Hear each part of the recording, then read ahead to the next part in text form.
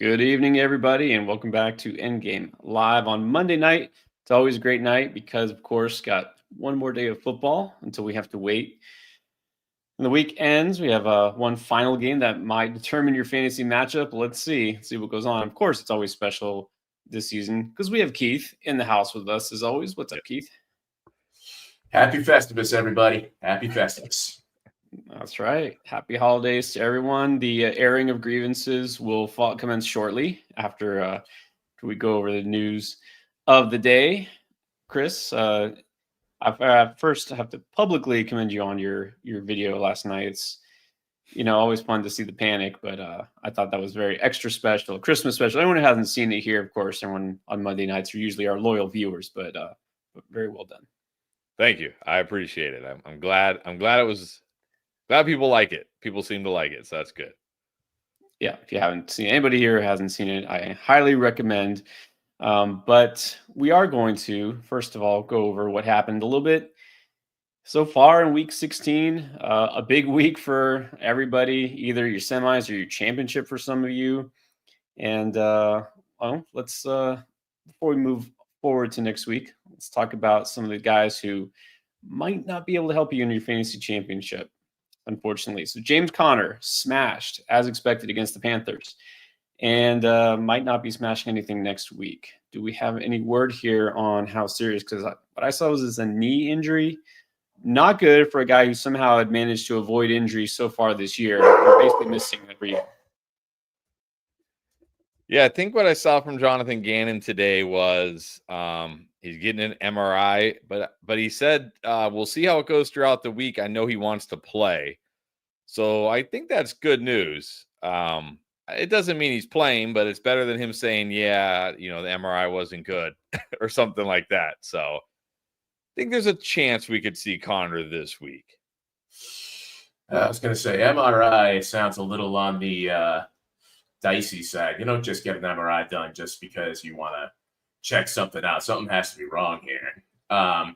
That said, do we see Conner play? I mean, wait for more news, of course, but I don't see if there's really any reason to rush your 29-year-old back that you just signed to a 2-year contract that's fresh when you're eliminated from the playoffs at this point. The Cardinals have nothing to play for.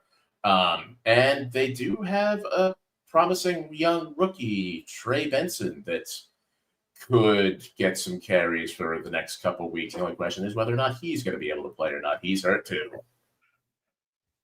Yeah, and that was the tricky thing here, to always talk about the injuries on the waiver report. And I wasn't sure whether to even talk Trey Benson because he's been out. Mario Mercado's been out. That team is out of the playoffs. So, man, other than Conner, he's basically been the only Cardinal you even feel semi-good about starting in fantasy. I guess Trey McBride, even though he never scores touchdowns. And even last week, what did Trey McBride do? Not a whole lot. So, yeah, just disappointing overall that offense. But let's see exactly what Conner does. And you spoke of MRI. Well, that's what happened with Kenneth Walker not long ago. He had the MRI, wound up missing some time. He came back. Remember, we had how many, Chris? Like 258 questions solely about Kenneth Walker on Sunday. Yes. He played. Didn't play that great, and then he's hurt again. But this sounds like something different from what I saw was ankle, not the calf. But this is obviously concerning. This is much more concerning because he was pretty much instantly doubtful to return for the game, which is never good because that's the team's way of basically saying, oh, no, there's no chance he's coming back in. So they know it's pretty serious. Also having an MRI. And the difference between him and Conner is Mike McDonald said something to McDaniels, your coach.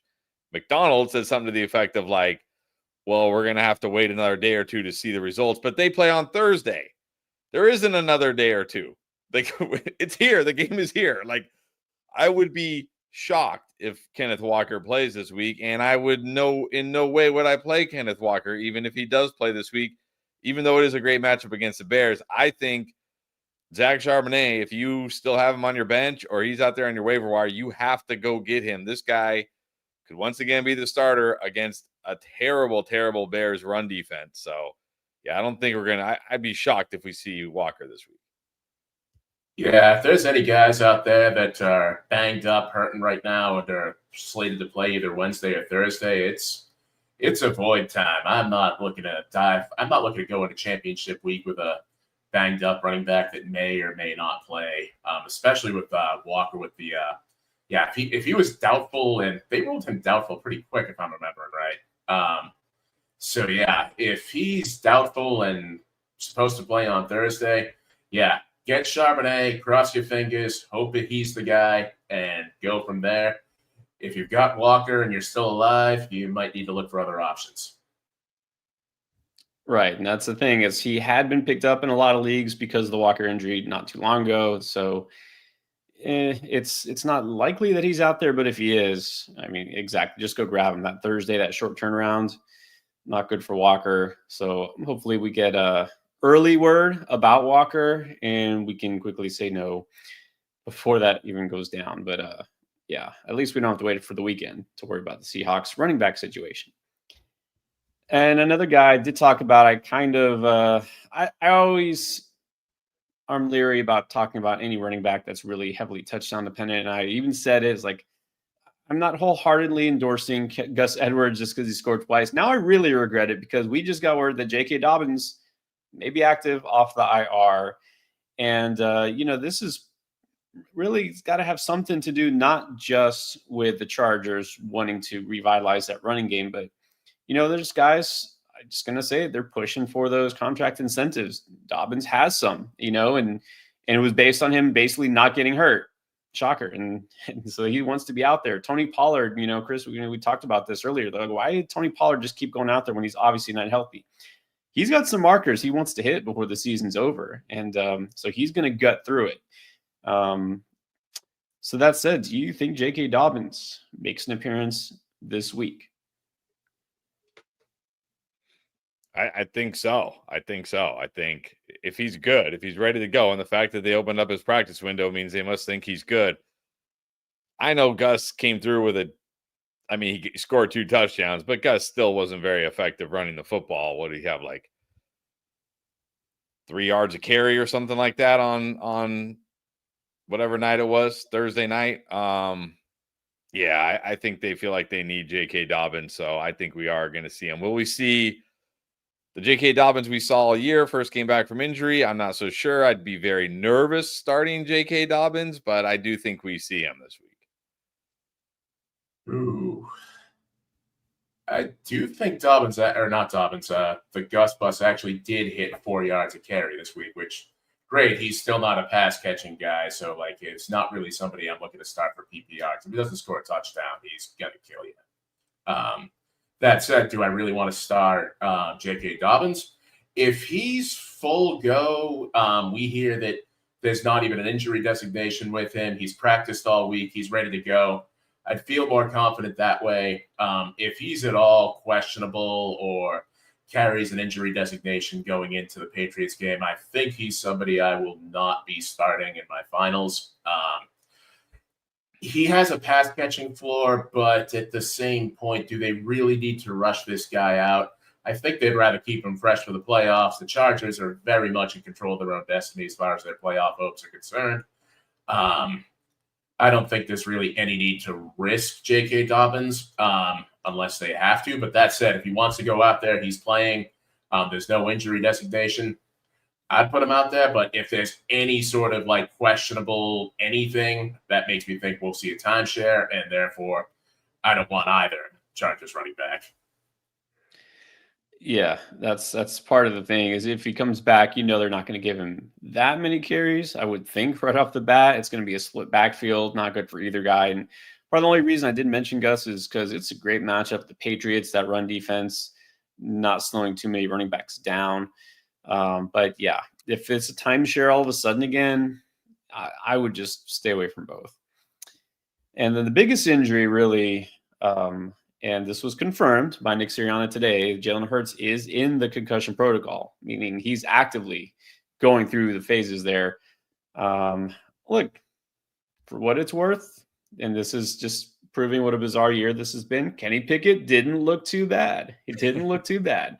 He is not the reason they lost that game. We know that. It was the defense. It wasn't him. But that said, I think you have AJ Brown or even Saquon Barkley or anybody, you probably want Jalen Hurts in that offense. So, Chris, what is the panic meter here if you have any Eagle right now? I think it's got. I mean, I wouldn't be super panicked if I have Saquon because we saw what Saquon did.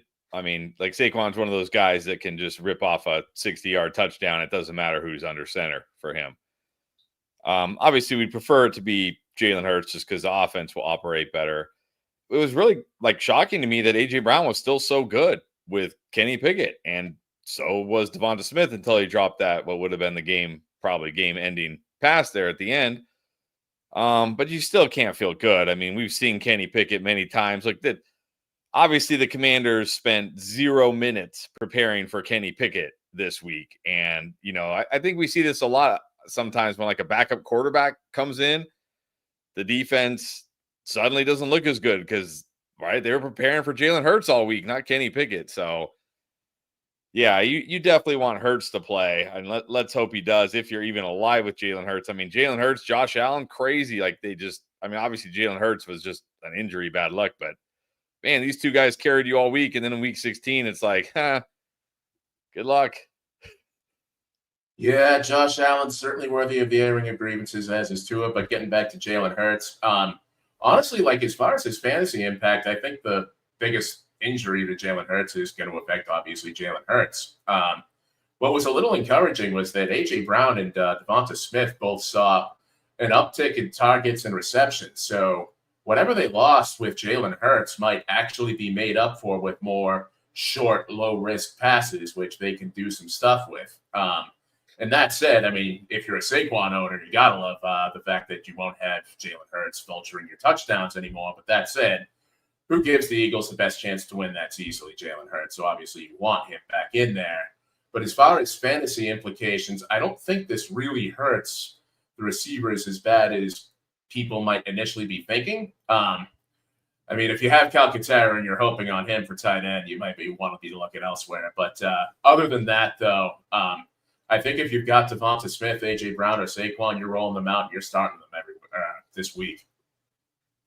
One thing that's encouraging with A.J. Brown, and I realize Hurts didn't miss the entire game, but he did miss more than half of it, is A.J. Brown's first read target share last week was first among all receivers, and it was insanely high. And so this tells me if Kenny Pickett's out there, he's looking AJB first and foremost a lot. And so, a lot of people might panic if it is Pickett. Again, this is if. It might not even matter if Hurts clears, but I don't think benching AJB is necessarily the way to go. And again, that Cowboys defense, sure, they have actually looked better the last couple of weeks for some reason. But yeah, it's not necessarily a shutdown spot. What's that? The sacks. They lead the league in sacks right now over the past few weeks. Yeah. It's funny. Some teams, I feel like when the pressure's off, are like, okay, well, we're not contenders anymore. They just let it go, let it loose. And they're like, okay, we're going to play free and clear now. And the Cowboys seem to be one of those teams, right? They want to play spoiler. Kind of like the Carolina Panthers. Yeah.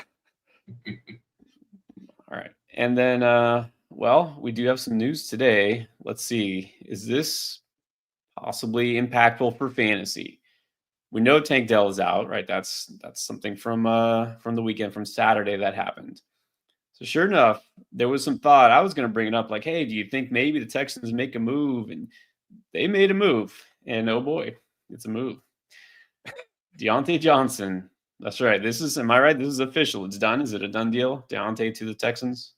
It's a done deal. They claimed him. I think didn't we have it on the stream? And I said Chargers, and the Chargers were the other team that put in a claim, but I think the Texans had the tiebreak by like the strength of schedule or something. I don't know, but this would be great because they're playing the Ravens this week. It would be an instant revenge game for Deontay Johnson, except they play in literally 2 days, which means he gets tomorrow to, I guess, practice, which they're not even going to practice tomorrow. Let's be real. They're going to do like a walkthrough. Like, yeah, Deontay Johnson is probably not going to see the field on Wednesday. And even if he does, are you really ready to put Deontay Johnson back in your lineups? Like Deontay, if you're thinking about starting him, just do not do it.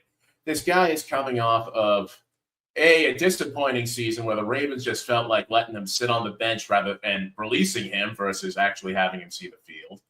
He hasn't practiced in weeks, so he's going to be rusty.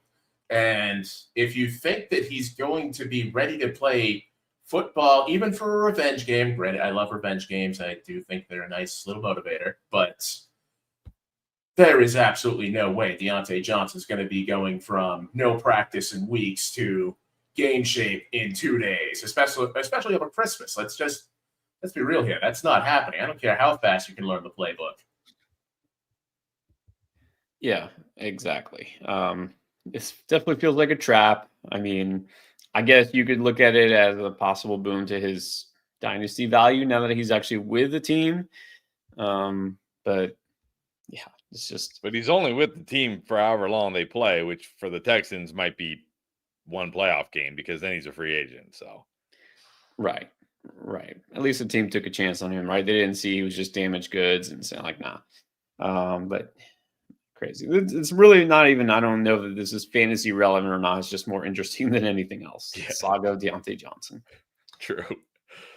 All right. So speaking of trust issues, let's do it again before we get to your questions and comments. Trust or bust. Look, it's week 17 coming up. For the vast majority, at least I hope for everybody. I know there's some that play until the bitter end. Really should do something about that if your league is still playing in week 18. But for the following week, as it turns out, what do we think of these guys? I think we need to start with probably the most annoying one of all, Deebo Samuel. Oh, yes, Deebo. Just when we were all ready to forget, and I said cut him, and there's no chance you were going to start him. He just randomly reappears.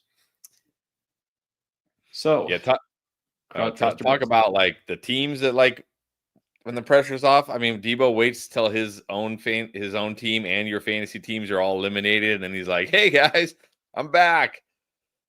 Yeah, very, very frustrating. I mean, I don't even know if we need to do a trust or bust on Deebo because who is even still playing that has Deebo? Like, if you had Deebo and you're still alive in week 17, like if you're in the consolation bracket, okay, whatever, play whoever you want. But like, if you're in the championship game and you still somehow have Deebo, I'd be like, first of all, your team is probably so stacked you don't need Deebo anyways. But yeah, I'm not trusting Deebo this week.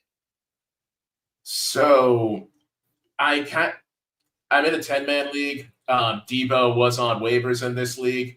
I damn near picked him up because I thought he might be a little bit better than Marvin Harrison Jr. this week. Did not do it, and that team's dead. So as far as trusting him going forward, I think the key with him is I don't think necessarily he did great. It was more just Patrick Taylor was just that bad. I mean, there's only so many times you go to the well with running backs and hit pay dirt. If Garendo is still out there for week 17, I think I'm okay with Deebo as a flex option. But otherwise, if we've got Garendo fully back, I'm not trusting Deebo. I think a lot of his work will have to be through the receiving game. He won't get as many 25 yards on 5 carries isn't great, but it's not terrible, and it's something that gives Deebo a little bit more of a floor. But yeah, if we're not going to see that next week, and I don't think we will if we see Garendo out on the field, I'm not trusting Deebo. Well, I did just see Kyle Shanahan said he expects Garendo to practice tomorrow and play this week. So there you go. All right. Yeah, the too little, too late. Doesn't matter. I officially stopped caring what Deebo did after last week, so it doesn't matter for me. That's what I was worried about with Patrick Taylor, that he just couldn't hack it. But didn't see Deebo actually doing something either. But you know what? I don't really care anymore. Should we still care about Cooper Kupp? Talk about a guy who you thought was just, keep riding him until the season's over. What has happened? Is breakfast canceled between Stafford and Kupp? Is this something going on here? He's just not even getting targeted. Yeah, I don't know. Well, I mean, you look at that game, the offense really didn't do it. Like either offense didn't really do anything in that game. Even Puka. I mean, Puka didn't kill you, right? But Puka certainly, nobody's like thanking Puka for getting him to the championship game this week. It's not like he went off either. But this is 2 games in a row for Kupp now. You got to be very nervous. And, of course, because it can never be easy in fantasy, right? It can't be like, oh, Cooper Kupp is going up against the best defense in the NFL this week. Just bench him. No, he gets the Arizona Cardinals, who are one of the worst against slot receivers, and just gave up 15 PPR points to Adam Thielen. So, I don't know. But really, can you trust him? I mean, I don't think I could. Fool me once, shame on you. Fool me twice, shame on me. Fool me 3 times, I'm just an idiot, right? So I don't think I can trust Kupp this week. I think if you're alive in the fantasy playoffs, I think you've got to have a better option than Kupp. I do think he's serviceable against the Cardinals this coming week, but he's clearly the number 2. Like, we kind of thought this might be a 1A, 1B scenario with Puka and Kupp. It's definitely not. This is a 1, and this is a definite distant, crusty old man wide receiver 2. If I could avoid Kupp, I will do it. And I'd like to think if you're making the finals, you've got a better flex or receiving option than Puka. But if you're in like a start 10, you may not have a choice. And if you are in one of those leagues, I'm fine starting Kupp there. But yeah, if you have better options, take a good, hard look at them. And I think there's probably going to be some better options this week.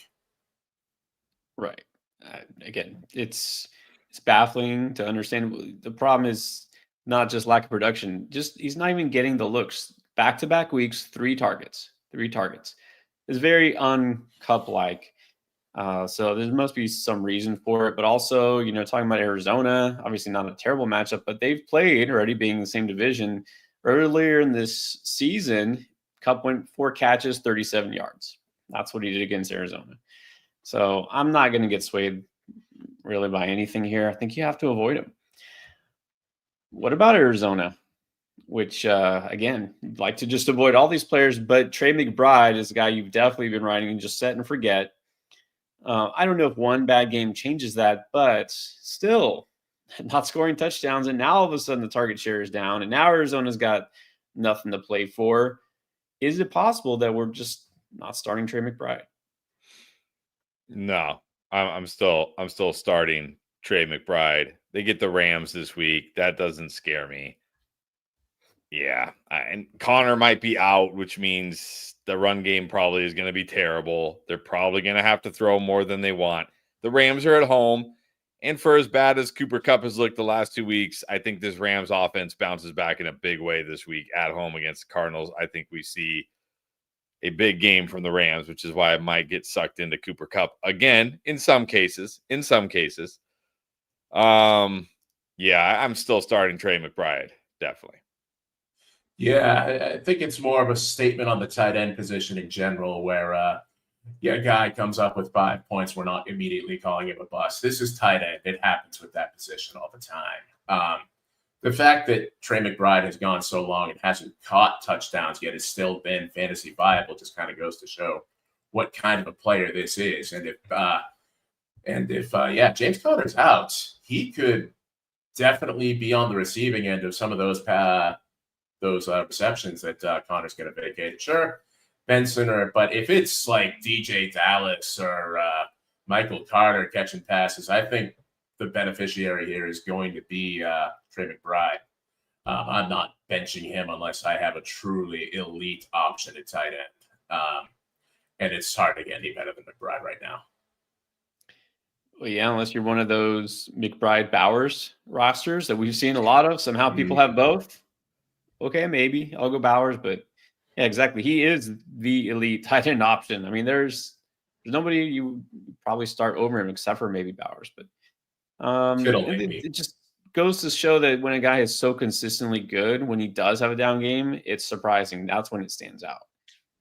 It's like you always say, Chris. When we remember the bad stuff more than the good stuff, right? When he goes for 15, 17 points every single week, and all of a sudden he gets you hardly anything, it makes you take notice. But not sitting McBride. Can we trust Tyjae Spears? Also risky to trust a guy whose main production has come off the strength of touchdowns. But Tony Pollard does not look right. This is a timeshare now. At least it has been for 2 weeks. He's a logical pickup, but again, it's week 17. Whether you're in the championship, the semis, the consolation bracket, whatever it is, you're throwing Spears in your lineup. Go ahead, Keith. I think it really depends on what you have for options. A few running backs busted this week, and also we've got the Connor and the Walker news. If you've got Spears on your roster and you have Kenneth Walker or James Conner, I think you have the solution to your problem right there. I will throw Spears in there and be pretty confident about that in PPR formats. Tony Pollard has not looked good at all over the past couple of weeks, and it's not really getting any better. I don't think this is something that's going to get right this coming week. If I've got Spears, he's still an RB2, and let's be real, the Titans are definitely one of the worst teams in football, so there's only so confident you can get about having a running back on a bad team. But that said, Spears has looked the part. He may get you to a championship. If I've got injury concerns at running back, I will gladly put Spears in place of those guys. I don't think you're going to – there's no waiver option other than Charbonnet that I'd want, and nobody in Arizona that I'd want over Tajay Spears. Yeah, I'm with Keith here. I like Spears. First of all, it's a great matchup against the Jags this week, so why can't he keep it going? Pollard – yeah, he's not right. I keep saying, like, why is this guy even out there? Just sit him. But I guess, like Pierre, you said, he's got some incentives he's trying to hit to make more money. So I get that. I totally understand. It's not like the Titans are, fighting for anything right now. So I guess if he wants to play, let him play. But it wasn't just like the week before. It was all receiving, right? Like Spears had 6 catches, 87 yards, and 2 touchdowns. This week, he got more carries than Tony Pollard. Now, I'm sure part of that was game script because they were getting blown out, which means when they're getting blown out, Spears is out there more because he's more of the pass-catching back. But, he's been good the last 2 weeks. Why wouldn't he continue to just get more touches, especially if Pollard is far from 100%, which he seems to be? So, yeah, if it's another week where Pollard doesn't practice all week, I'm probably fine with Tajay Spears as he's got risk, but he's also got very high upside at the RB2 spot. Yeah, it's definitely some risk, but again, I really wish I could just not be in on Titans at all, but they get the Jaguars this week. We have to pay attention to that and have to pay attention to guys who are being productive. And that's why I also talked about the tight end, Chigoziem Okonkwo, who I already see somebody as a fan. We'll get to your comments in a second, Juice. But one more, Isaiah Pacheco.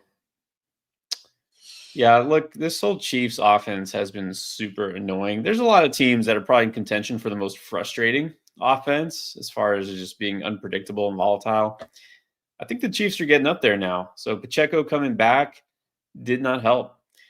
I put him on the cut list. I was like, look, you're not going to start him next week, are you? Is there any chance you would start Pacheco? So if not, again, no mercy. Get rid of him. Cut him. I would rather play Tajay Spears than Pacheco. Is that going too far, Chris?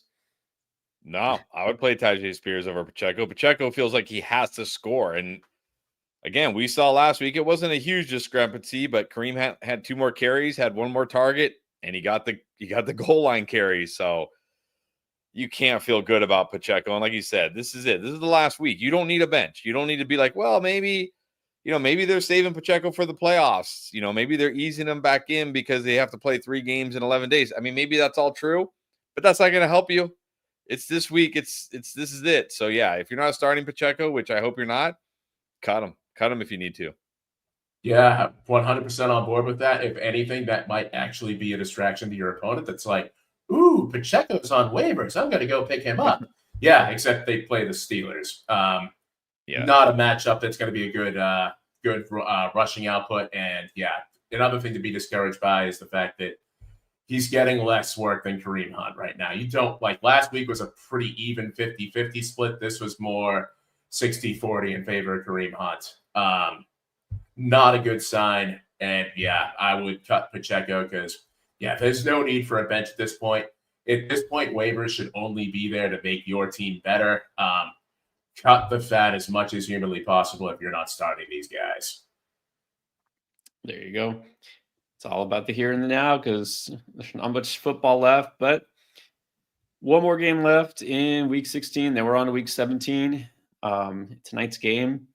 Well, look, maybe you got some players going, probably on the Packers side. We're going to get to your comments, your questions. A lot of people want to know what are their chances. Maybe you have a start sit question or you're just looking ahead. So we can get to those. But also remember for tonight, if Jordan Love gets a yard, you could win 1 yard. That's right. Take the higher on 0.5 total yards for Jordan Love. It's a free pick for new customers to Underdog. If you haven't tried Underdog yet, no reason to wait. Take it now. You get a free pick, and you still get up to $1,000 of bonus cash when you make your first deposit because they'll match half of it. And it doesn't matter that the football season is almost over because they got NBA, NHL, every other sport. So get your picks in now. Get your free pick. Get your bonus cash. You do that by using code ENDGAME when you sign up. So try Underdog right now. And also try DraftLane. That's another way you can ask your questions. Whether we're live or not, you can download it for free on the App Store, Google Play Store. Just search DraftLane. And that's the way you can ask your questions, and we will respond up through the end of the season and even beyond. All right, let's get the juice first. He had the Chigoziem Okonkwo reference here. I guess he felt it coming. The Chigoziem Okonkwo back-to-back big games. Look, sometimes these random things happen. What do you think, Chris? Chigoziem Okonkwo, league winner? Yes. I don't think it's a random thing. This is 2 weeks in a row, but specifically not just 2 weeks in a row. It's really 1.5 weeks in a row with Mason Rudolph. Chigoziem Okonkwo, the last 2 weeks, the tight end 1 in PPR leagues, even ahead of Brock Bowers with 0 touchdowns. Chigoziem Okonkwo is second only to Brock Bowers in first read percentage over those 2 games. And they get the Jaguars. Did we just mention that? They get the Jaguars. There's a video coming out tonight after the game. I basically say Trey McBride, Brock Bowers, George Kittle, Jonnu Smith, maybe David Njoku if he actually plays because he's dealing with a knee injury. Those are the only tight ends I am starting over Chig this week. That's it. That's my list. Wow. I am not quite that high on him, but you have to love the matchup. He's gone up against the Jaguars, the Colts. I mean, the Colts should have had the Titans in a stranglehold, but then they looked like they were going to blow the game. And then they get the Jags again. So, I mean, I like him. I would definitely start him this week because of the matchup and his performance with Mason Rudolph. But I'm not going to go trading first-round picks in a dynasty league for Chig anytime soon. No. So, yeah, it's definitely an aberration to be sure. Maybe people next year will be drafting him way too early, but yeah, you could be excited about it this week. Yeah, well, we'll see who the quarterback is for the Titans next year. Who knows about that? Yeah, I'm going to talk about Chig again in another video as well. But there you go, Juice. You got ahead of the game. I'm glad you have him now. Okay, so Steven is the first comment here and first super chat. Merry Christmas. Is somehow up 12. Opponent has Love. You got Kendre. I don't know. That doesn't feel like a miracle, but you're going to be sweating. Yeah. Go ahead, Keith. I was going to say, I see this either going one of two ways. Either I think this is a big Jacobs week. I'm not convinced they're going to need to throw all that much. If Jacobs is catching screen passes, you may be in trouble. But that said, opponent is Love. You've got a 12-point lead and Kendre Miller. Unless Kendre Miller busts badly this week, I wouldn't even call this a Christmas miracle. I would say I'd honestly call this a coin flip personally. Yeah, this can go either way. Because, like you said, this could be a game where maybe Kendre Miller, gets all the touches, scores a touchdown, and you win fairly easily. Or maybe it's a game where we see more of the other running backs than we want. They fall behind, and Jordan Love throws 3 touchdowns, and you lose badly. So, Yeah, this is really a 50-50. I feel like this can go either way. So it will definitely, I don't know about Christmas miracle, but it'll definitely be a Christmas sweat. There you go. A festive sweat. Yes. It's going to be close. I mean, again, like you said, I don't feel Love's going to put up big numbers because when's the last time he even did put up big numbers? And he shouldn't have to throw it a lot. But you never know. You never know. J1364 up by 50. The opponent has Reed and the Packers defense. I think it should be okay. Yeah, this would have to be 2 huge games here. I think you're good. Yeah, Reed is not going to be having a big game. Green Bay defense could have a big game, but I mean, even on defense, like they return 2 touchdowns, they shut them out. That's 24 points, maybe. Yeah, I don't see Reed coming down with another 26 for you. So I think you got this in the bag, especially in half PPR. Yeah, there you go. Yeah, if Jaden Reed goes ballistic, it somehow helps overcome a 50-point lead, that would be the worst bad beat in the history of fantasy football. Okay, Sir Boomer dropping in just to say that even though he did, we have this recorded, he considered benching Jaden Daniels for a whole bunch of quarterbacks, including Aiden O'Connell. He's now saying he wouldn't have done it, even if Chris didn't get after him. Well, good. I'm glad you didn't. Yes, I did bench a share of Jaden Daniels for Baker Mayfield, and that also cost me. There you go. And look, we don't ascribe to the start your studs thing because, that just basically means I don't want to think about it. I'm just gonna start the guys that I feel like are the best, but there's certain players you don't bench regardless of the matchup. You don't overthink it, is what I'm saying. Glad you didn't do that, Boomer. Trone. Yeah, so talk about David Njoku. You think he's going to miss? And if so, he's asking, do you use number 1 claim on a guy like Chig or going with like a Trey Benson? No, get Chig. You need what do you like? Do you even want to start Trey Benson? I mean, even if Connor's out, we don't even know if Trey Benson's going to play. He didn't play last week, so get Chig. Yeah, this would come down to team need for me. I don't know if you have Connor or not, but even still, if that's the case, I would much rather have the number 1 claim on Okonkwo. In fact, even if Connor misses and Benson's the guy, I think Okonkwo will outscore Benson. At least early thoughts. And you don't want strength this week. Not a good matchup for him. And not to mention he wasn't exactly great last week either. Yeah, use it on Okonkwo. Don't even think about it. Yeah, definitely.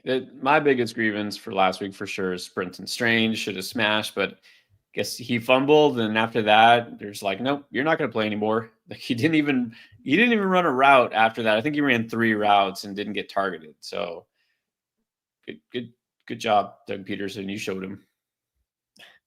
Thomas, week 17. Are we flexing the red hot Jalen McMillan or Charbonnet if no Walker? Ooh, I think you got to go Charbonnet. I know McMillan's been red hot, and they get the Panthers. But, man, Charbonnet is going to get every touch against the Bears. I just think he gives you just a much higher floor with a good ceiling to go along. I think I got to go Charbonnet. I'm going Charbonnet as well with no if we don't see Walker, I'll take him over McMillan.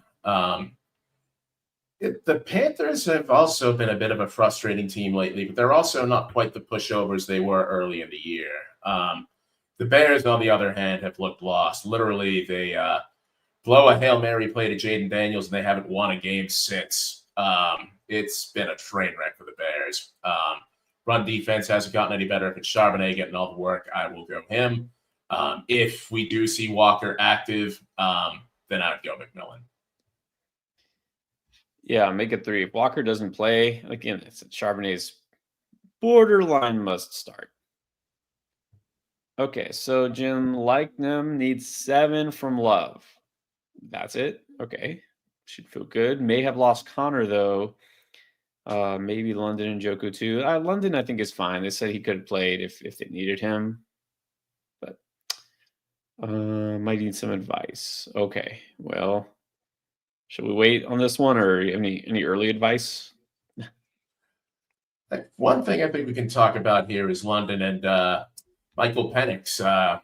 He didn't exactly light the world on fire as far as a fantasy standpoint goes, but he looked pretty good. Granted, it was against the Giants, but I don't think we need to panic on London's productivity going forward. The Joku, if he's getting an MRI on his knee, I think it's pretty doubtful for him. Connor, and I would start Ridley over Rico against Philly this week. Yeah, definitely. Rico, that was a tough matchup last night against the Bucs. This isn't even a tougher matchup. So, and then Zeke got the goal line carry. That was so frustrating. I would definitely go Ridley. And definitely if Chig is out there, pick up Chig in case Njoku is out. Right. Yeah, and Njoku could be in a great spot, but again, battling injuries. Yeah, Rico, you're right, Chris. Not a good matchup for him. That Bucs defense did its job. So Rico, a little risky. But first things first, get those 7 points tonight. Yes.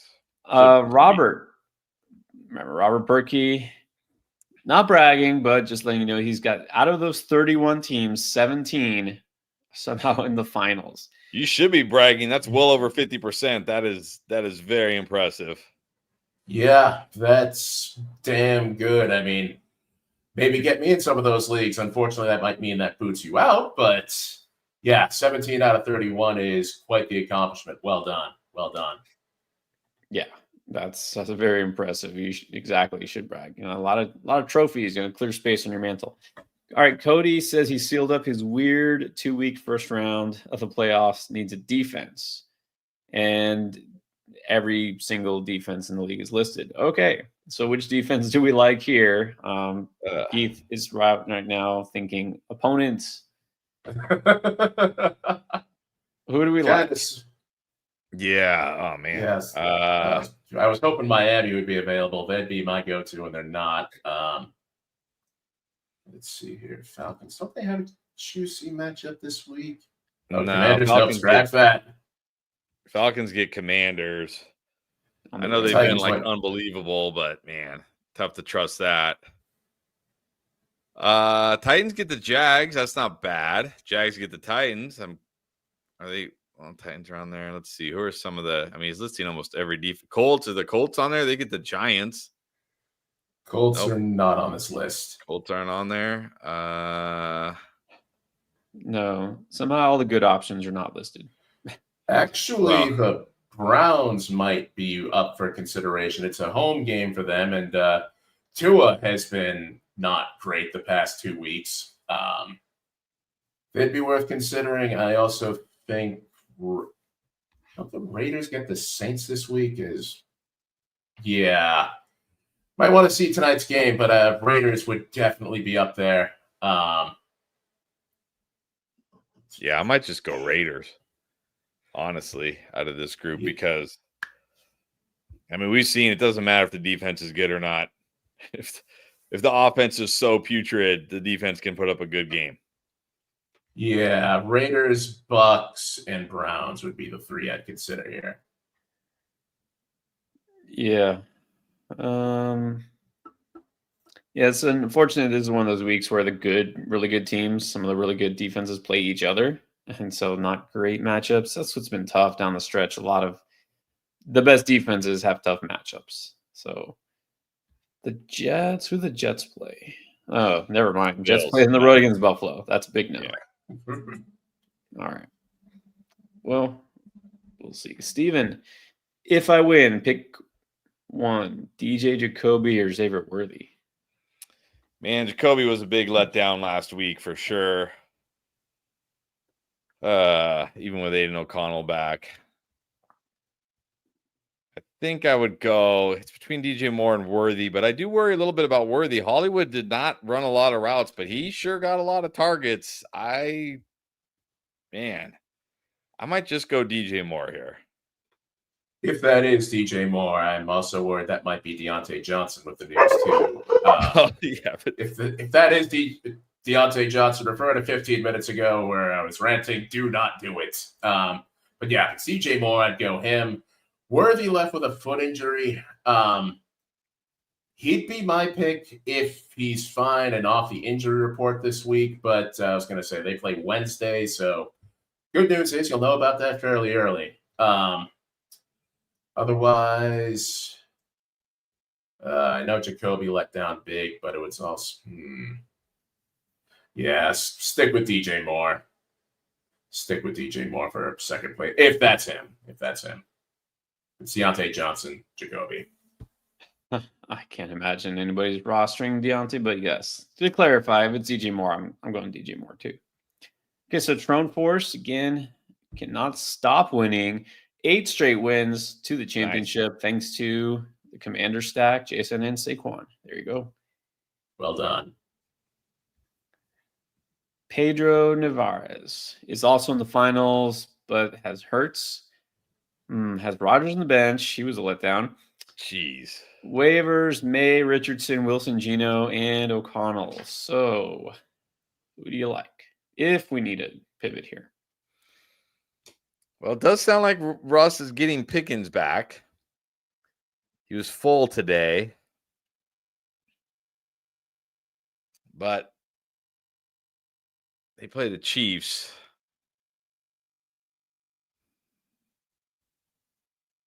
Richardson did have a nice game, but there's always the risk that he busts. But it is the Giants. I don't know. I think it's between him and Russ. Who did the Seahawks play? The Bears. On the I know Goff just had a nice game against them, but I don't know if I trust Gino like I do Goff. So it's between Richardson and Russ for me, and it comes down to what your risk tolerance. I think Russ has a decent floor this week. Richardson could give you a higher ceiling, of course, because of those rushing touchdowns. So I don't know. If it's me, I'd probably go Russ because I don't want Richardson, killing me. See, I like Gino a little more this week than Russ. Gino came back pretty solid this past week. Think he could continue that again against the Bears, but I also think he's not a guy that has a ton of upside. And so honestly, same with Wilson, really. I might go Richardson. It's the finals, and if I'm going to be damned, I'll be damned taking the upside shot on a guy. But yeah, if you're not sure if Hurts will play, just pray to the concussion gods that Hurts can overcome. Well, I hate to make this a total split here. I think, believe it or not, I go Richardson because it's the Giants. We saw him run last week. He has that upside. I'm worried about Russ against the Chiefs, Gino on the road against the Bears, Rodgers on the road against Buffalo. I'm not starting Nate O'Connell. So if I have to, just hope Jalen Hurts is good. I think I would have to go Richardson. Although I guess I assume that Kenny Pickett must also be an option. Anybody? Any takers? No. Who do the Eagles get this week? They get O'Connell. Pass rush. Yeah, I think I'll stick with Richardson. Okay. If I have to pick one of these guys. Leo Ramirez. Let's do a couple of these real quick. People want to know about tonight. Needs 14. Got Miller and the Packers. Win? Yes. I think. Yes, I think you've got a good shot here. Definitely should. Again, even Miller isn't great. He should get you at least a few points. So should the Packers. Should be a big game for them. Big Suvi needs help. Kendry Miller or Romeo Doubs for 13. For tonight, I assume. Flex option, yeah. I probably just go Kendry Miller here, and I mean Dobbs could score, but if he doesn't, there's no chance he's giving you 13. Like almost no chance. Yeah, I'm leaning Miller here. I think he's going to be the offense tonight, and it's up to the Green Bay Packers to stop him. Quay Walker is out on defense, so I think I think Miller would be the safer play, more likely to get you 13. If Miller scores, then you almost have this in the bag. Agree. Let's go with Miller. And then Anthony Mayer is up by 1.32. the opponent has nobody. He has Packers defense, plans on benching them, and also Yes. you never know about those stat corrections. This is true. I mean, what do you do here? But think about it. A 1.32 stat correction is like what, 10 yards? Like they'd have to be like, oh, that 20-yard run was only 10 or something. Or they'd have to be like that catch was actually a carry instead of a catch, but then you'd still be up by 0.32. Like there's almost no way a stat correction is going to erase 1.32 unless you're in some weird league. Like whose league is it, Joe or somebody that has like you get 1 point for every yard? Then you might be nervous. But I would absolutely bench the Packers defense. Defenses, even though it seems unlikely that it would happen against the Saints, defenses in normal defensive scoring can lose points. And I've had defenses lose points, even defenses I didn't think could lose points. That would without a doubt be the worst way to lose fantasy football. I would never play again. Yeah, airing of grievances, dishonorable mention to the Tennessee Titans. What the hell were you guys doing on defense? I thought this was your strong suit. You let Anthony Richardson get that kind of yardage on you. I mean, granted, it was mostly Jonathan Taylor, but yeah, the Colts, they should not be scoring at will like they did against the Titans this past week. But yeah, 1.32, it would take a massive stat correction to swing this otherwise, or in either direction. I don't think you got anything to worry about with the Packers, but yeah, if you're ahead, go ahead, bench them. Don't even risk it. Right. With defense, it always depends on scoring, but a lot of leagues, I guess most, I would say, have that where if they give up more than 28 points, you start getting negative. If that's not the case, but if you're up, there's no need to risk it. Just bench them. All right, Brian, what is up? Needs 9 from Dobbs. Can he come through in PPR? And also, by the way, some shout out to Keith for being a great commish. Appreciate that, Brian. Thank you. I was going to say, might be firing up some more leagues in the offseason for Dynasty. So you're in the Discord or are a member, hop on in on the Discord and might be able to get into some more leagues that I run. But yeah, 9 points from Dobbs. I think you got this. I think. Yeah, I don't know. This feels like a coin flip to me. Yeah. Again, I say that and I'm like, wait a minute. This is the Saints. Jordan Love's not exactly throwing prolifically here. Maybe. Yeah. I mean, 9 points doesn't sound like a lot, but if he doesn't score, right, what are we looking at? Like 3 or 4 catches, maybe 5 catches. And he's not a guy like Christian Watson who could have like 3 catches for 60 yards and get you 9 points without a score. He's a guy who's going to have 3 catches for like 30 yards.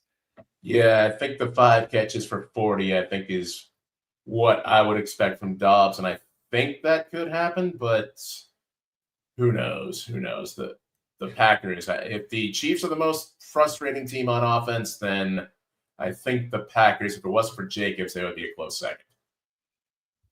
Yeah, well, if it wasn't for Jacobs, they'd be 100% the most frustrating offense, but they at least have Jacobs. They're definitely the most frustrating receiver room, that's for sure. Yeah, this is definitely not a sure thing. We've seen Dobbs put up like 2 for 32 or even less. So, yeah, this might come down to the wire, Brian, but you never know. He could also get a touchdown, but we'll pull for you. Julio, what's up? Almost died due to Daniels, BTJ, and the Falcons, but is still alive. Just needs 5 points from the Packers defense. Should be good, but I don't know if I'd call it a short thing. The only way it's a short thing is if you get a pick 6 or a scoop and score, and bam, you're pretty much set. But 5 points from the Packers, I think, is likely. So yeah, I think you got a good shot. Just for giggles, I checked to see what it would take to get the lowest possible threshold for a defense, and it's -12. You have to give up 550 yards on offense and 46 points. So good luck. But yeah, 5 points from the Packers tonight should be good. Yes, definitely. Should be good. I mean, again, you never know, but I think so.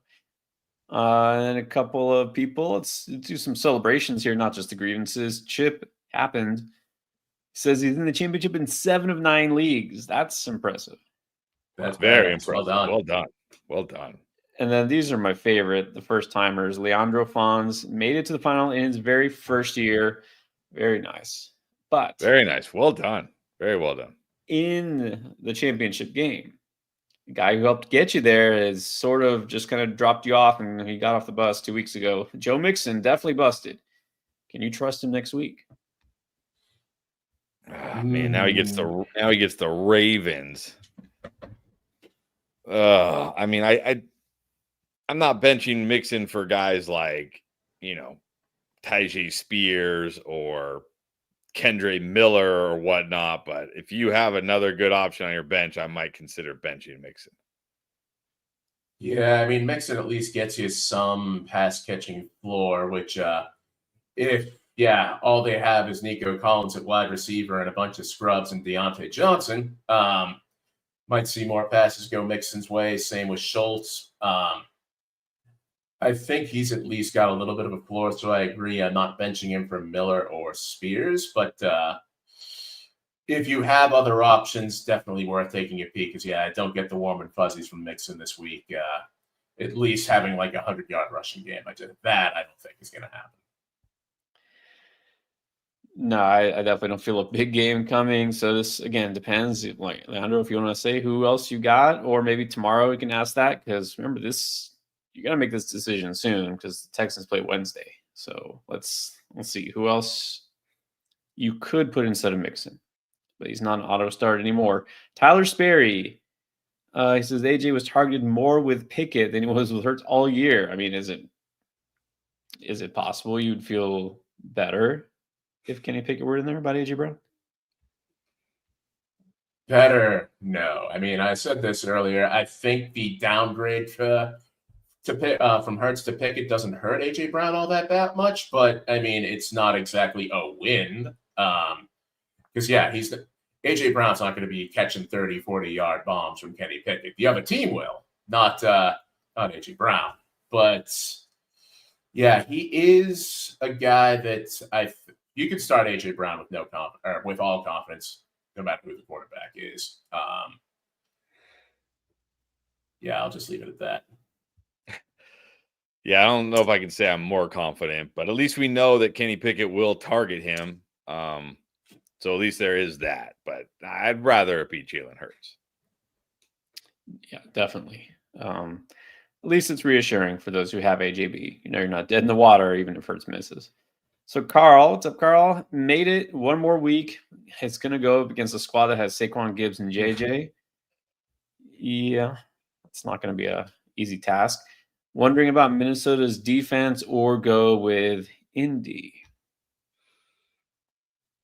Let's see. Minnesota gets the Packers. I'll just go Indy.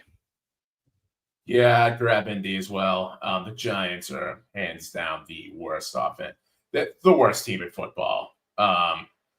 Give me Indy. Granted, I know they looked great for about 2.5, 3 quarters against the Titans and then collapsed, but the Giants don't have anybody who's really playing their butt off for them. So I would take Indy here. Agree. Go against the team that, I don't know, I assume is playing Drew Lock again. But even if they aren't, it would be Tommy DeVito. Let's go Indy. Alexander's channel is down 14. Has Jacobs and Watson, but going against Love. Is there a chance here?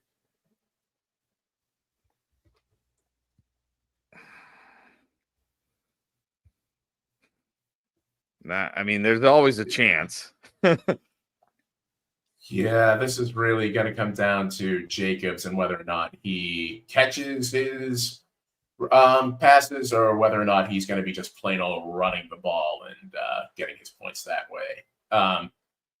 If there's no screens to Jacobs and he's just pounding it up the gut, which I'm sure he'll be fine doing that, you got a chance here. But Jacobs and Watson against Love at a 14-point lead, that is a good amount to overcome there. So you are in for a sweat tonight. Yeah, there's a chance. Look, we just saw Josh Jacobs having a 3-touchdown game. To the Saints, it's possible. He just goes off. But I think more realistically, you might need Watson to actually do something. Yeah.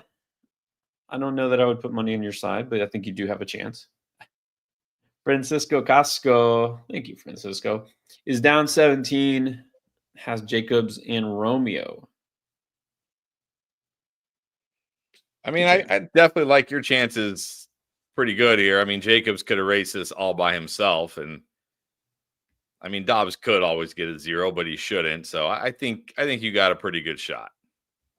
Yeah, Jacobs, I think, can clear 17 on his own. I call that 50-50. Anything you get out of Dobbs is going to be a nice bonus and therefore tilt this more in your favor. So not smooth sailing. It's not going to be stress-free, but I think you're going to have a good shot at making it tonight. I mean, I feel better about this one. Again, you probably need Romeo to do something, which I don't assume he'll do absolutely nothing, but I wouldn't rule it out either. But I feel better about your chances than the previous one, for what that's worth. What is up, Anthony? Made it to one championship game, Money League. Just saying thank you, Merry Christmas. Appreciate you. Yes. Always appreciate Nice. you. Merry Christmas. Merry Christmas. So he's already out. He's out going to the office party or whatever he's going. I don't know. I'm just saying. But good luck and Merry Christmas.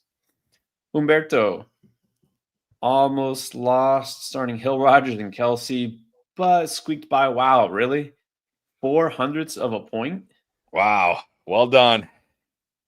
Hopefully you don't get hit with stack correction bug. Right. Because this will hurt that. Don't even say that. All right. It could happen, but it won't happen. Definitely won't happen. You squeaked. Yeah, stack correction would have probably gone through by now. Yeah, oh, that's true. Brandon Duggar lost because of injuries after going 13-2. You know what? This happens every year, right? What we always say, the best team, especially in the regular season, does not always win. Yep, went up against a 13-2 team as a number 1 seed. I was 4th or 5th, and yeah, he ended up having to start Justice Hill this week at running back because of injury. So yeah, it did not work out so well for that one. Nope, you just never know. Okay, John Wickering, what is up? Re-up the membership for another 2 months. Thank you. Let's go, JT. Hit an 8-player anytime. Wow. All right. So not just winning in the fantasy semis. That's almost a K. Thanks to Spears scoring, the last touchdown was down 40, but winning even with Hurts leaving. Wow. That feels good. Yeah, impressive. Definitely. Very nice, John. Seth Swirsky. Welcome back, Seth.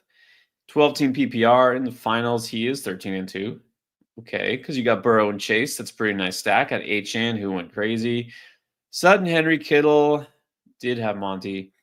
We need 3 flexes for, I guess, this week's final. Jaden Reed, Jalen Waddle, Rashad Bateman, Chig, Strange, Boutte, Parker Washington, Gus Edwards, Ridley Washington. So we're setting this lineup? I guess says to pick 3 flexes. Oh, boy. 3.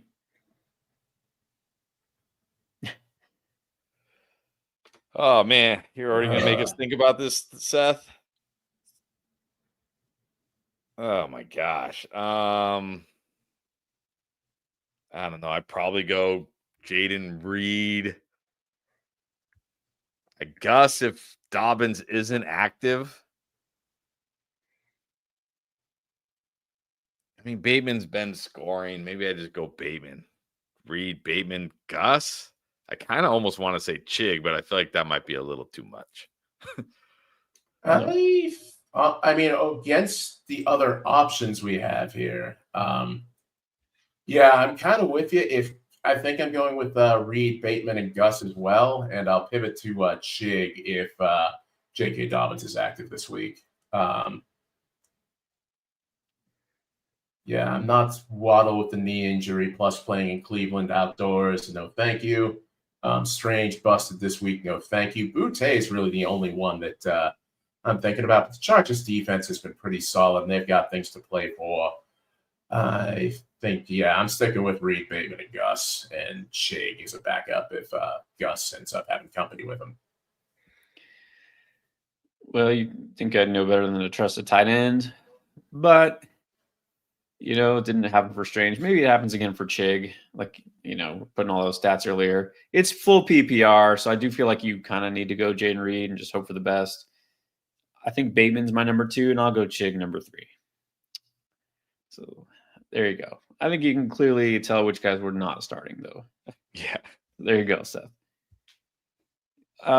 Creative needs 22 from Kendra Miller. That sounds sort of like a Christmas miracle. Yep. Yep, this is definitely one you're hoping Santa bestows some gifts upon you for sure. 22, if he scores, catches a few balls. I mean, we've seen Kamara do this. Ken Kendra, though, this would be a breakout game for him. So it could happen. It could happen. Will it? You're in for a sweat. Yeah. Hey, anything's possible. Brian Cavell only needs 9.9 from Kendra. That's more doable. I think that's, again, nothing's guaranteed, but definitely feels like you could do it. And then Regan have Miller against the Green Bay defense up by 2. Is getting a treat here or getting cold? I think you're going to get the treat unless Kendra absolutely busts, or unless like the Saints are so bad that Green Bay has like an Atlanta Falcons type of defense week. Yeah, I mean, if they just feed Kendra nonstop, you're probably okay. But if for whatever reason they have Spencer Rattler throwing the ball, that could be disaster. This is definitely going to be a sweat for sure. The good news is if Miller does well, Green Bay defense going to be bad. So this would be a nice little seesaw for you. Yeah, this comes down to Spencer Rattler, if he's going to turn the ball over multiple times or not. So if they keep the game plan conservative, this could go your way. At least you're up 2, not down 2. So I think you've got a good shot. Okay, so no context here. Adam just wants to know straight up, Kendra Miller or Tucker Kraft? Miller. I think you got to chase the touches with Kendra. Yeah, and Luke Musgrave is off of IR this week, so who knows? Maybe we see him back in the lineups. Don't think it'll be a big factor, but that's just another reason for me to go Miller, though. Yep, still trusting Miller, getting the touches. Robbie Garcia is down 25, and he's got Jacobs. I have Love and Reed.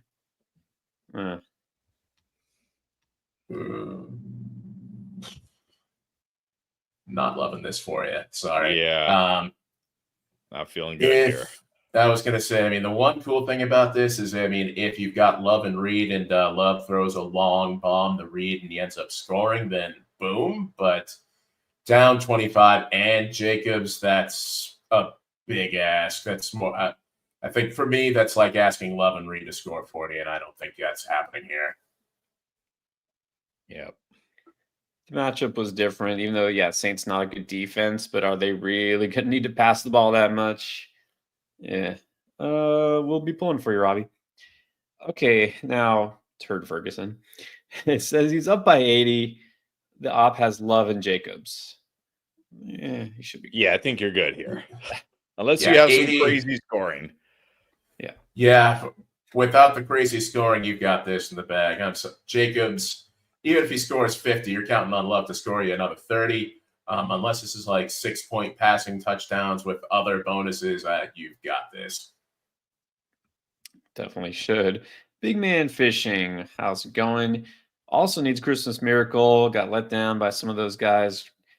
Green Bay defense for 22. Yeah, that would be miraculous. Yeah, you're counting on Spencer Rattler throwing touchdowns to the Packers. Right. Could happen. Yeah, it could. But if the Saints are smart, they'll be riding Kendra Miller all game. So, yeah, right. Good luck though, John. Looking ahead. Okay, let's start 2 for week 17 at running back. Arendo, assuming he plays. Tracy, Ramondre, Jerome Ford, Kendra Miller, and Tajay Spears, and then 2 receivers, and then a tight end question. Well, as we sit here right now, John, with a game still to go in Week 16, having not seen Kendra Miller as a starter yet, I would probably go Ford and then either Garendo or Spears if Garendo plays. Thing with Garendo, though, is against the Lions, so that's not a matchup I'm loving, even as banged up as they are. And Ford I was going to, one thing, Cleveland, you knew it was coming. You knew they would try and feed Deontay Foreman, and then he fumbles the ball at the goal line, and then the Browns would finally feed Ford to give him some goal line work. I think I'd be going Ford and Spears. I would keep Garendo in the back of my mind, but I'm not loving the matchup this week for him, especially if he's banged up with a hamstring. Yeah, then I would probably go Keenan and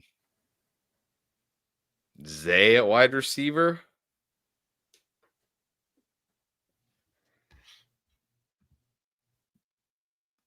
I mean, I know really gets the Jags, but he didn't really have a big game against them last time.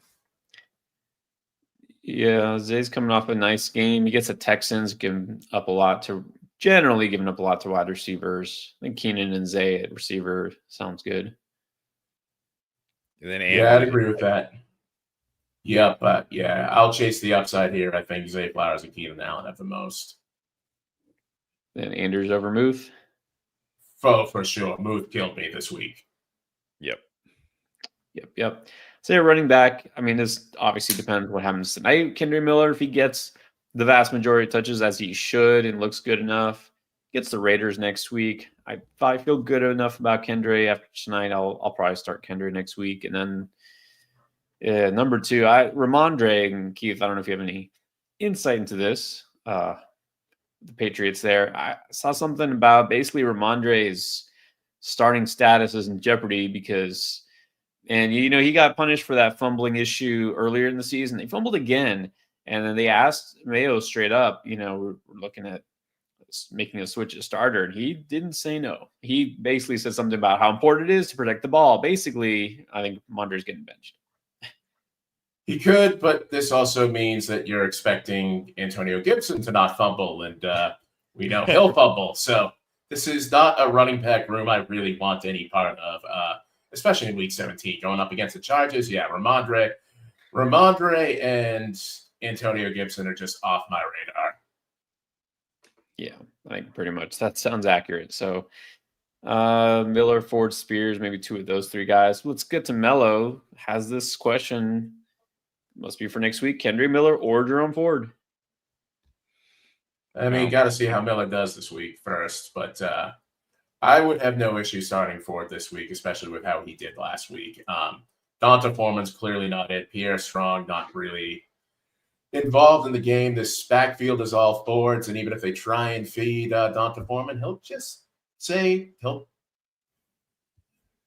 will disappoint and Ford will just take over. But if Miller does well tonight, I could go him, especially against the Raiders. Yeah, exactly. It's going to depend what we see from Miller tonight. But as we see here right now, I'll say Ford. Exactly. Well, let's wait and see. But definitely feel better about Ford now. Rise above anything. What is up? Devontae Smith or Jalen McMillan? And then Mahomes or Murray? I'm going to go McMillan and Mahomes. The Eagles get again. They get the Cowboys. Yeah, I'm going to go McMillan and Mahomes as well. Yeah, I'm definitely done with Kyler Murray as well. And let's just go Mahomes. McMillan and not shockingly, we know Kate Otten had already missed. Now Sterling Shepard pulled a hamstring again. I think he's going to be out. But Jalen McMillan, you got to be impressed the way he stepped up into the number 2 receiver role. Definitely showing something. Okay, Trone Force. Looking ahead as well. We're going Colts here or Eagles or Saints defense. Give me the Colts versus the Giants. I will go Colts as well. Cowboys, Cooper Rush has looked fairly good. You could make a case for the Eagles for me, but I'm still going with the Colts over the Giants. And Saints, totally off my radar, not starting them. Yeah, agree with that. Let's just go with whoever is going against the Giants. I think that's definitely a good strategy. Okay, so Chip, I remember I had a comment earlier, needs help. He says he's up 2. Competition is done. Have the Packers tonight. So this is just like that other question. Just leave it blank. You don't get bonus points for beating your opponent by a lot or a little. Just win, baby. I'm dropping them. Well, maybe not. I don't know. Yeah, you probably don't want to play the Packers next week against the Vikings, so I'm probably just dropping them. Yeah, if you can drop them, do it. Pick somebody else up, or just have an empty roster spot that you don't even need to worry about plugging. Yeah, it's all about make moves to take away opportunities for your opponents. You're not starting the Packers next week against the Vikings. At least I hope not. So yeah, feel free to drop it if you need to. Yeah, and apparently this is something that multiple teams have. Corey Jones also said he's up basically 2 points. Same thing. Has Packers. Opponent has no one. Just bench him, right? Yep. Just bench him. Not worth the risk. You don't get, if you win, if they go for 20 tonight, you don't get anything extra. Well, why bench him? Just flat out drop him.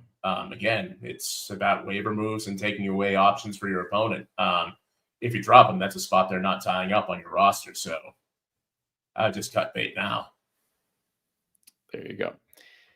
All right, and then Rise also wants to know, just wants us to know he's in the championship in both leagues. Very nice. And Nice. Mike Hilliger is in the championship in all 5 leagues. That's almost more impressive that you have 100% success right there. That's 5 for 5. Well done. Wow. Guess who else is in the championship or on the way? It's our guy, Young Money. What's up, Young Money? 6-point passing. He says he's got Jacobs. Opponent has Love. He's up 4. Ooh, okay, so this is what he needs to make it to the championship. Jacobs versus Love.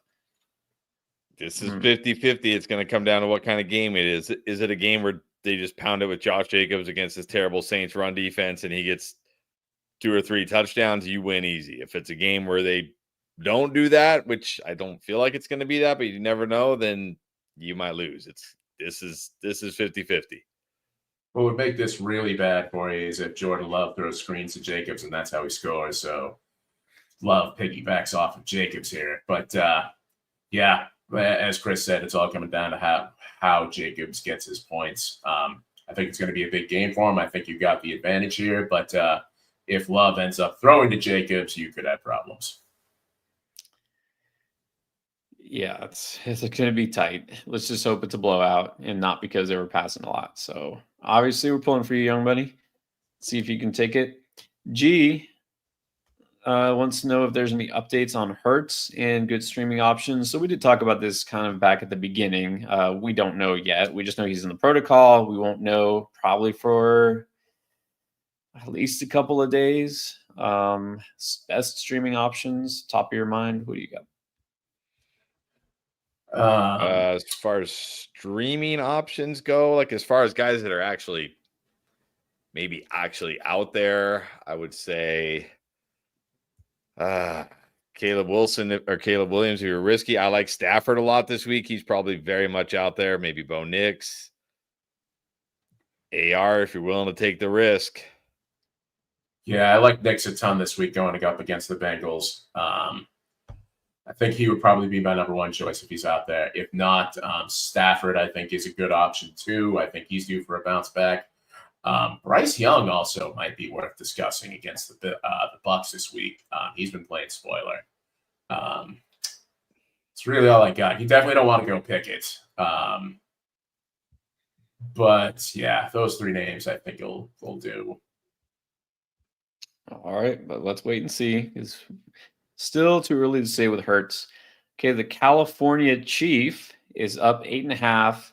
Has Kendrick going against Jacobs. Where do you put the odds here? This is a definite sweat. Yeah, I think this is 40-60 in favor of the Jacobs side here. I think Kendrick does well, but I think Jacobs has at least a touchdown on him. which will gobble up your 2.5, bring your point total down to 2.5. So, yeah, I think it's 40-60 against, but it'll be a sweat for you tonight. Yep. Going to come down to Kendre having a big game here, I think, or at least having a decent game. At least a decent game. Yeah. I like Kendre. I know you do too, Chris, but I don't know. I think odds might be 40-60. That's a little optimistic. Michael Marowitz, Sharp, Spears, Ford, or Garendo this week? I probably would say Sharp's number one if Walker's out, Ford number two. Yes, agreed with that. Probably would take that Sharps, Ford, Spears, Garendo. Right. Again, if Walker's out, I think it's a no-brainer you start Sharps. And I wish I could. I felt good about Garendo last week before I knew he wasn't playing. Don't feel as good about him this week. It's a much tougher spot. So I would still put, I might even put him last out of this group. So I go Sharps, probably Ford next. Supra is up 37. The opponent has Kendre, McManus, and the Packers. I mean, I feel like you should be good here. You never know. Like if the Green Bay defense goes off or McManus does some stupid, like who was the some kicker, the Miami kicker yesterday had like 20-something points. It was ridiculous. Like, you never know. You never know. But I like your side better. Yeah, I'd rather have the 37 points personally. Green Bay defense, sure, I would probably have called them my number one defense going into the week, but 37 points is a lot to make up for a kicker, a defense, and a running back that hasn't had a big game yet to this point in his career. Right. Yeah, you're not going against Jacobs or a quarterback. And I know we all think the Packers should win, and maybe it'll be easy, but I don't think they're going to absolutely embarrass them. They're going to win by 40 or something like that. So I think you should be good. Should be good. All right, a couple more celebrations here. Nemesis made it to the championship. Very nice. Congratulations. And also never had it so good. Made it there. Still has the Packers, but in this case, it doesn't even matter. Like the Colts next week? Yes, we do. Yes, we do. Yes, definitely. Corey Miller needs a miracle, scored 170 and is only up by 6.9. If my opponent gets 7 from the Packers kicker, I lose. Well, you never know. I definitely would not be feeling good because 7 from a kicker isn't a lot, but it's definitely not a guarantee. I mean, if the Saints, if the Packers are just scoring touchdowns, right? If they just keep scoring touchdowns because the Saints can't stop him and he's just kicking extra points, it's definitely doable. It's also outdoors at Lambeau. That would be against the kicker as far as I'm concerned. Sure. But 7, yeah, that's pretty much all comes down to whether or not the Packers are scoring touchdowns versus field goals. Good chance that happens, but 7 is not much. That's 3 extra points and a 40-yard field goal, and that's 7. So, yeah, I wouldn't say it's a miracle, but it's a coin flip. It's kickers. We're talking about kickers. Are they going to get a field goal attempts or not? Are they going to make them or not? Who knows? So, this will be very close. It might come down to the wire. You're not cooked, but you'll definitely be sweating on Christmas Eve. And then Carl also appreciates the Christmas video from Chris. Thank you. That was definitely an awesome video, Chris. There you go. Thank you. Anybody who has not seen it yet, I highly suggest you go do so. Couple more games about to start. Got anything for tonight? We'll do it real quick. Mark M up 16, got Green Bay. He has Love. By 16. Yeah, this is going to be a sweat. If Green Bay gets you, let's say, like 6, just like an okay defensive performance in a good matchup like this, that means Love's got to get 22. It's still a pretty big game, assuming you're in a 4-point passing touchdown with no crazy bonuses or anything. So I think I prefer your side, but you're gonna be sweating unless Green Bay gets like a pick 6 or something like that. Then you've probably got it in the bag. Yeah, if there's a defensive touchdown, you've got this in the bag for sure. That said, I would prefer your side if I was a betting guy. I don't see Love getting 20 points tonight. Probably, I was going to say, it could see like 15, 16, but unless Kendre Miller is the next coming of Adrian Peterson, I think he got this. Yeah, I do think I'd slightly prefer your side. And we just got this 5 minutes ago. Nothing like waiting until the last minute here. OJ Sumo Vibe needs 15 to win it all. Which Packer receiver gives you the best shot? Magic 8 Ball, where are you?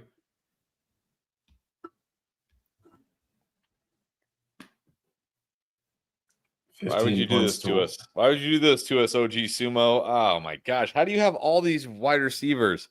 Yeah, good point. I mean, are these guys on waivers or do you actually have every Packers receiver? I don't know. I feel like if we're looking for a 15-point game, it's probably Reed. Reed's the most capable, but I'm torn between Watson and Reed. I'm not going Dobbs here. Dobbs relying on a touchdown, and I just don't see that. Watson or Reed for me, and I think I'm going Reed, even though he's burned me so bad this season.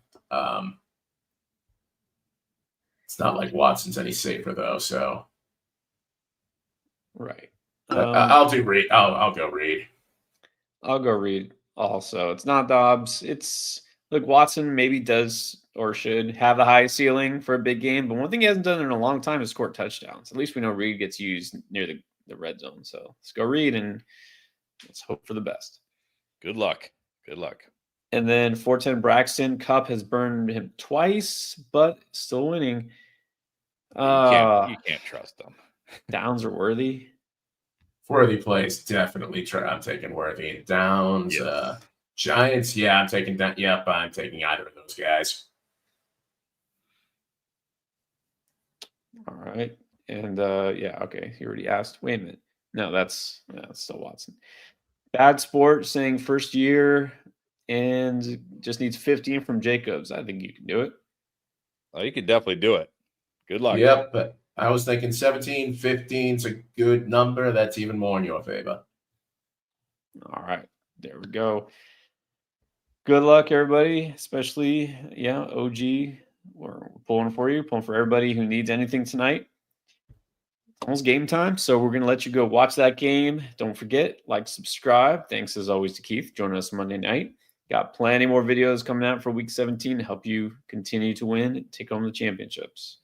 All right, and don't forget, stream tomorrow, right? Tomorrow, maybe a little earlier than usual. I know it's Christmas Eve, but I don't think we can go too long without streaming. So hit notifications. You know exactly when we get on live. All right. Thanks, everybody.